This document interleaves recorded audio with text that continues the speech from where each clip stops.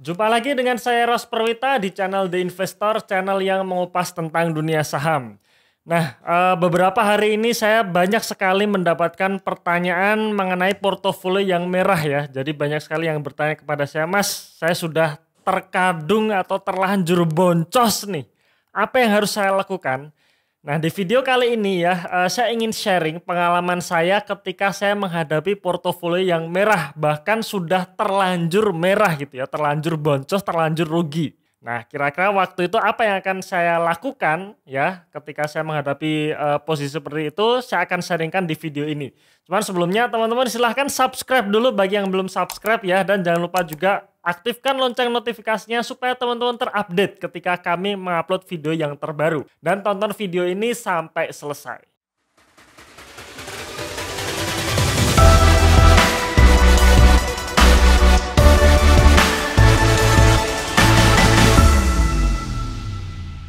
Oke, terlanjur boncos. Jadi apa yang harus dilakukan? Nah, sebelum kita membahas mengenai cara menyikapi portofolio yang merah ya, kami ingin menginformasikan lagi bahwa kami membagikan 5 tools analisa saham secara gratis ya. Yaitu ada 5 tools template analisa saham di mana mata uangnya rupiah, template analisa saham di mana mata uangnya US dollar ya, menghitung proyeksi dividen, kalkulator averaging dan juga simulasi nabung saham. Teman-teman bisa dapatkan dengan cara download di website kami di investor.id atau klik linknya di deskripsi di video ini. Tools ini menurut saya sangat bermanfaat dan bisa sangat membantu teman-teman dalam menghitung harga wajar saham ya. Nah, teman-teman juga bisa follow Instagram kami @theinvestor_id.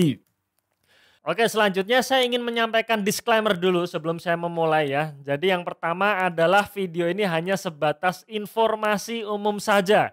Dan di sini saya tidak merekomendasikan beli, hold atau jual ya. Jadi sekali lagi ini bukan rekomendasi. Kemudian yang saya sharingkan ini berdasarkan pengalaman pribadi. Kemudian yang keempat ya, dalam saya mengeksekusi saham-saham di dalam portofolio saya selalu menggunakan kaidah value investing dengan time horizon panjang.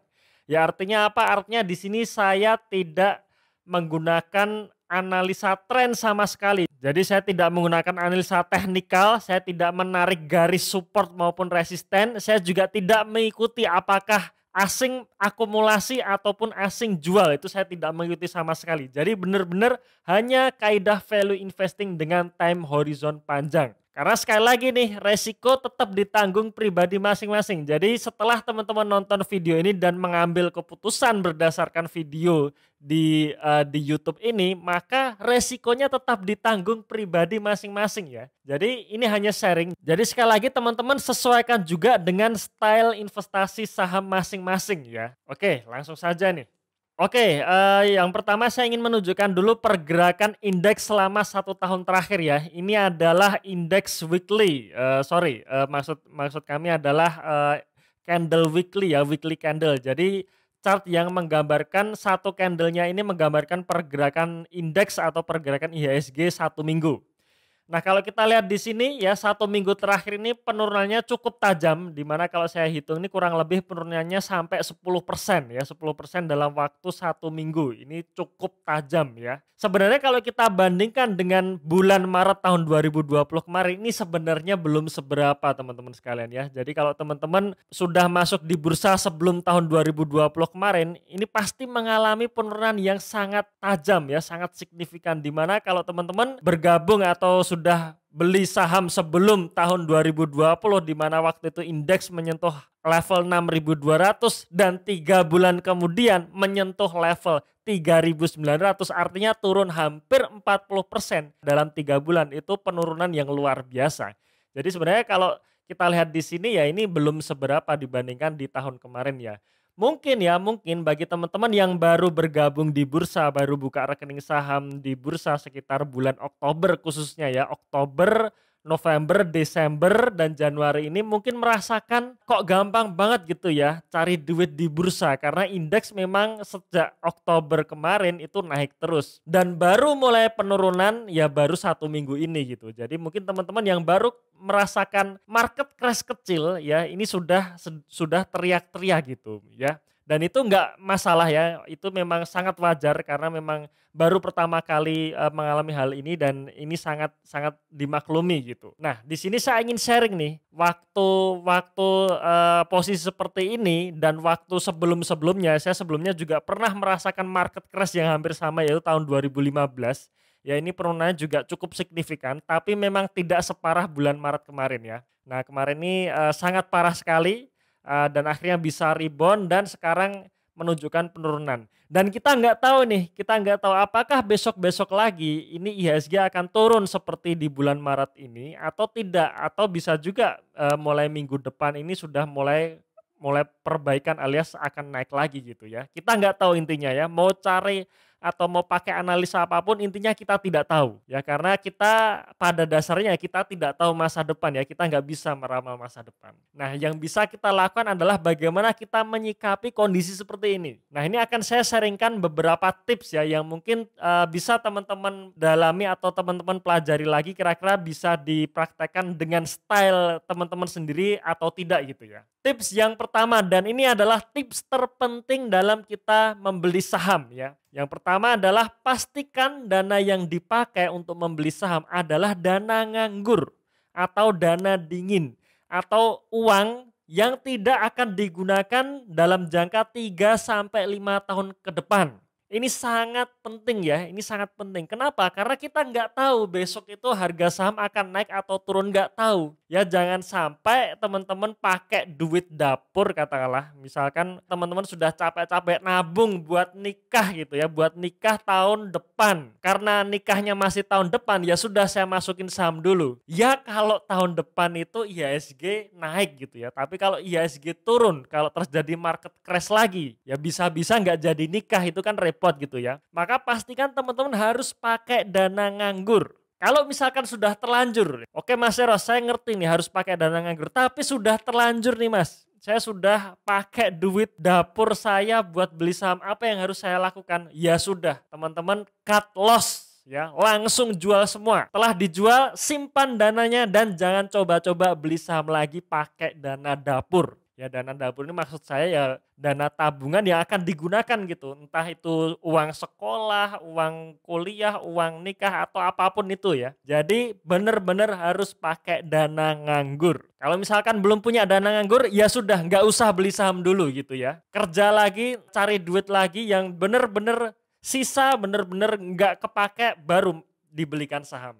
Ini terpenting ya teman-teman sekalian, ini sangat terpenting karena kita kemarin dapat berita-berita yang viral itu beli saham pakai uang panas itu benar-benar tidak dianjurkan sama sekali gitu ya. Ini tips yang pertama dan ini terpenting ya. Jadi kalau bisa keluar, kalau misalkan pakai dana nganggur ya sudah keluar semua ya, kemudian simpan dananya. Kemudian oke Mas Eros, saya sudah pakai dana nganggur nih, jadi sudah aman. Jadi walaupun sekarang rugi, tetap tidak mengganggu kebutuhan pokok saya. Nah selanjutnya apa yang harus dilakukan? Nah tips nomor 2, teman-teman cek lagi fundamental perusahaan.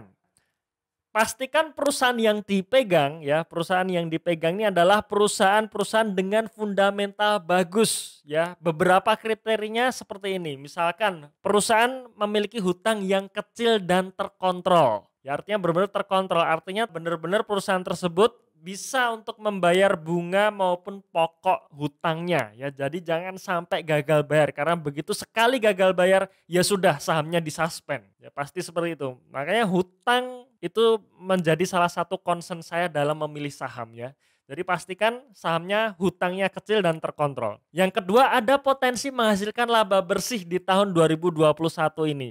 Saya yakin ya di tahun 2020 kemarin banyak perusahaan yang membukukan rugi bersih dan itu wajar ya. Tapi yang penting kita harus tahu nih dan kita harus yakin bahwa perusahaan tersebut tahun 2021 ini bisa menghasilkan laba bersih lagi. Dan yang ketiga pastinya perusahaan tersebut harus survive menghadapi krisis. Ya jaga-jaga kalau ternyata pandemi ini di tahun 2021 belum selesai. Ya jadi pastikan kita harus meyakini bahwa saham yang kita pilih misalkan tahun 2021 ini krisis belum selesai, pandemi belum selesai, saham yang kita pilih ini bisnisnya tetap jalan. Itu salah satu saham yang layak untuk di hold ya. Jadi kalau misalkan portofolio kita saat ini sudah memenuhi kriteria saham seperti 3 kriteria ini, ya sudah hold saja gitu ya. Nih contohnya, ini contoh ya.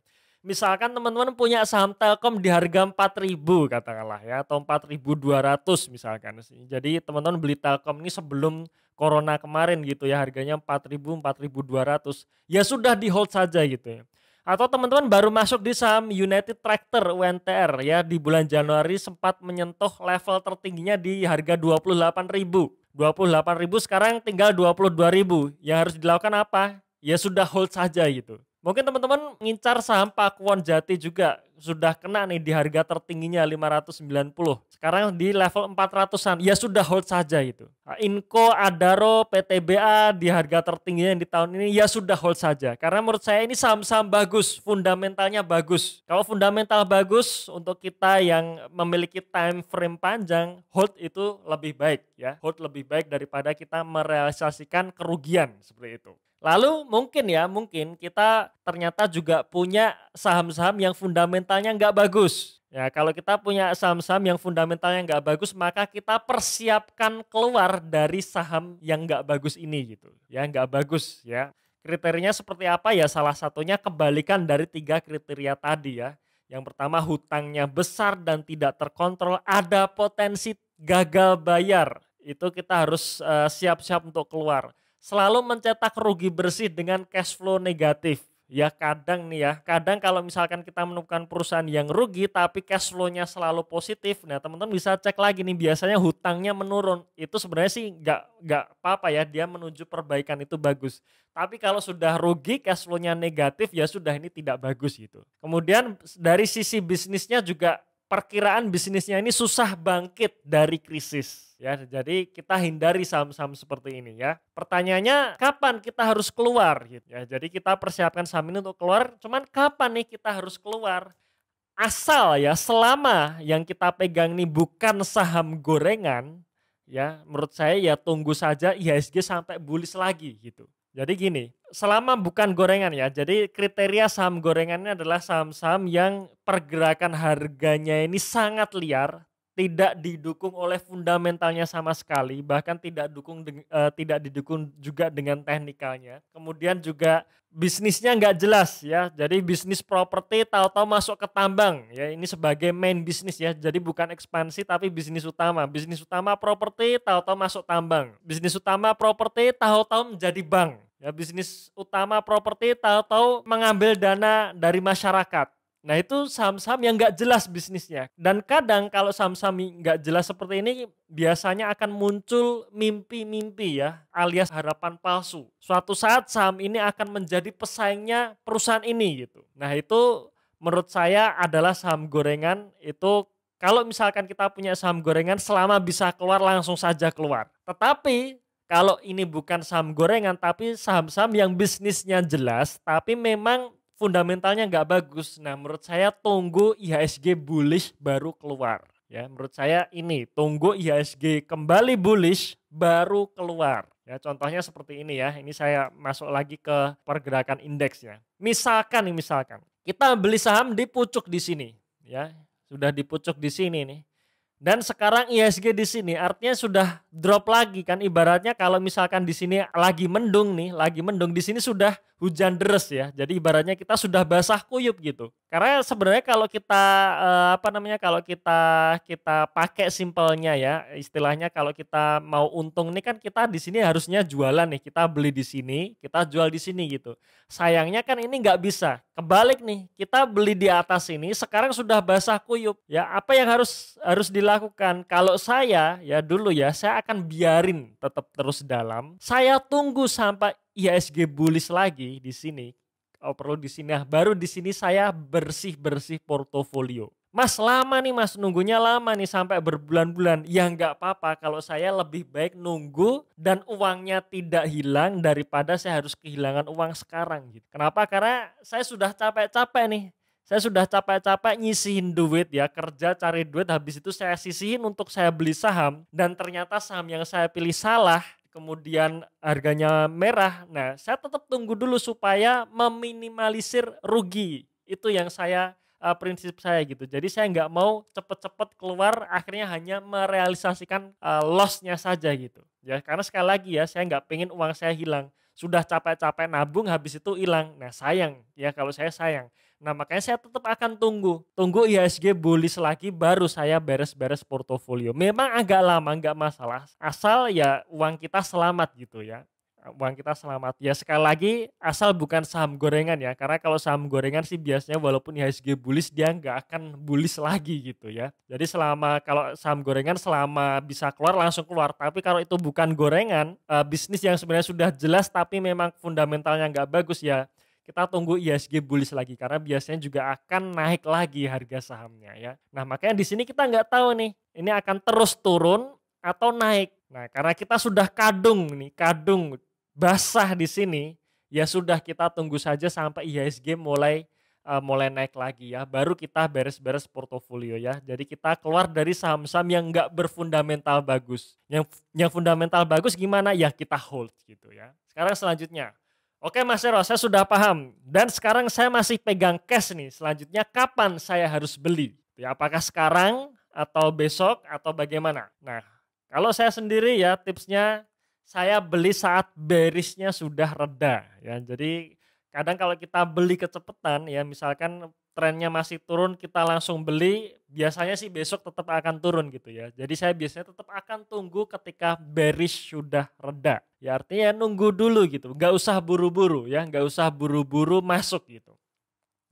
Kemudian beli bertahap diutamakan. Nah kadang ketika bearish sudah reda itu kadang cuman konsolidasi sebentar. Nah kadang waktu itu ya saya masuk juga ternyata besoknya turun lagi. Karena kan kita nggak tahu ya. Ya makanya yang saya lakukan adalah saya belinya bertahap, tidak langsung full power. Begitu bearish reda langsung full power habisan cash, enggak kalau saya ya. Saya beli bertahap. Jadi misalkan saya punya target nih untuk beli saham A ini sebanyak 20% porto. Ya saya beli dulu bertahap. Saya sudah pegang nih, saya sudah pegang 10%, ya saya beli lagi 5%, 5%-nya nanti ya kalau ternyata memang turun lagi seperti itu.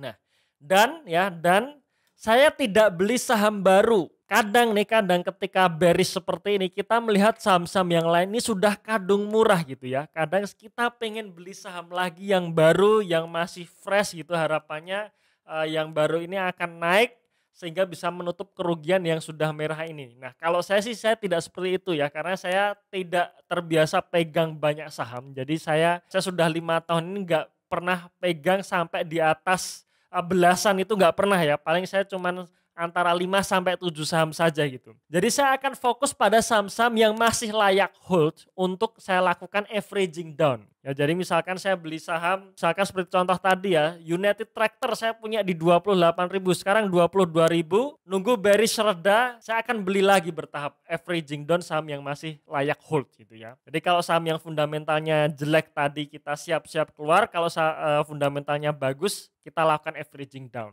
Oke Mas Eros, itu kalau masih punya cash. Nah selanjutnya bagaimana kalau ternyata saya sudah tidak punya cash, sudah kadung nih Mas Eros, saya sudah full power kemarin dan ternyata sekarang IHSG drop. Terus apa yang harus kita lakukan? Ya sudah kita liburan saja ya, kita tutup laptop, kita sign out aplikasi saham kita liburan dulu. Ya, kalau liburan sekarang masih PSBB ya sudah kita nonton film aja di Netflix gitu ya. Itu lebih bisa menyegarkan pikiran daripada kita mantengin merahnya portofolio kita setiap hari gitu ya. Jadi liburan ini juga bisa menyelesaikan masalah. Nah oke, mungkin itu sekilas saya cerita mengenai pengalaman saya dulu saat menghadapi market crash ya teman-teman sekalian ya. Tapi sekali lagi itu adalah gaya saya, style saya, tetap disesuaikan lagi dengan gaya masing-masing. Karena ya beda metode, biasanya juga beda cara eksekusinya. Oke, mungkin sekilas video kali ini. Terima kasih sudah nonton sampai akhir. Jangan lupa tuliskan komentar supaya kita bisa berinteraksi. Bagikan juga video ini ke teman-teman Anda yang lain yang sedang nyangkut ya. Tunggu video kami selanjutnya dan salam Passive Income.